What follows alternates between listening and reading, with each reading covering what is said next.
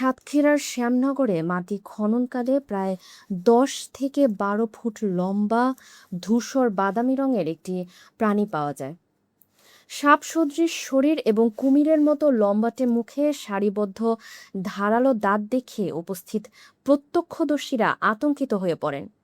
সামাজিক যোগাযোগ মাধ্যমে এই ভিডিওটি ছড়িয়ে পড়লে কেউ একে এলিয়েন, আবার কেউ অভিশপ্ত জীব হিসেবে দাবি করতে থাকেন।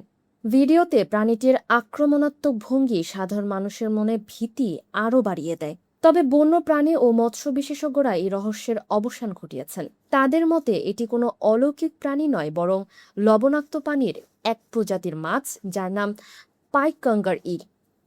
বাংলাদেশের উপকূলীয় অঞ্চলে এটি স্থানীয়ভাবে কামিলা হিলা বা বড় আকারের বাইন মাছ হিসেবে পরিচিত।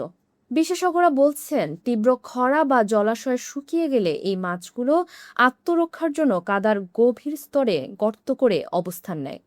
সেখানে এরা দীর্ঘদিন বেঁচে থাকতে পারে। খনন কাজের সময় এই সুপ্ত গর্তগুলো ক্ষতিগ্রস্ত হওয়ায় মাছটি হঠাৎ করেই বেরিয়ে আসে। বিশেষজ্ঞরা সতর্ক করেছেন যে পাইকঙ্গার ইল অত্যন্ত ক্ষিপ্র এবং এর কামড় মানুষের জন্য ঝুঁকিপূর্ণ হতে পারে। তাই এমন প্রাণীর দেখা মিললে আতঙ্কিত না হয়ে নিকটস্থ বন বিভাগ বা মৎস্য কর্মকর্তাদের অবগত করার পরামর্শ দেওয়া হয়েছে। সাতক্ষীরার এই ঘটনাটি প্রমাণ করে যে আপাতদৃষ্টিতে রহস্যময় মনে হওয়া প্রতিটি বিষয়ের পেছনেই যৌক্তিক বৈজ্ঞানিক ব্যাখ্যা বিদ্যমান।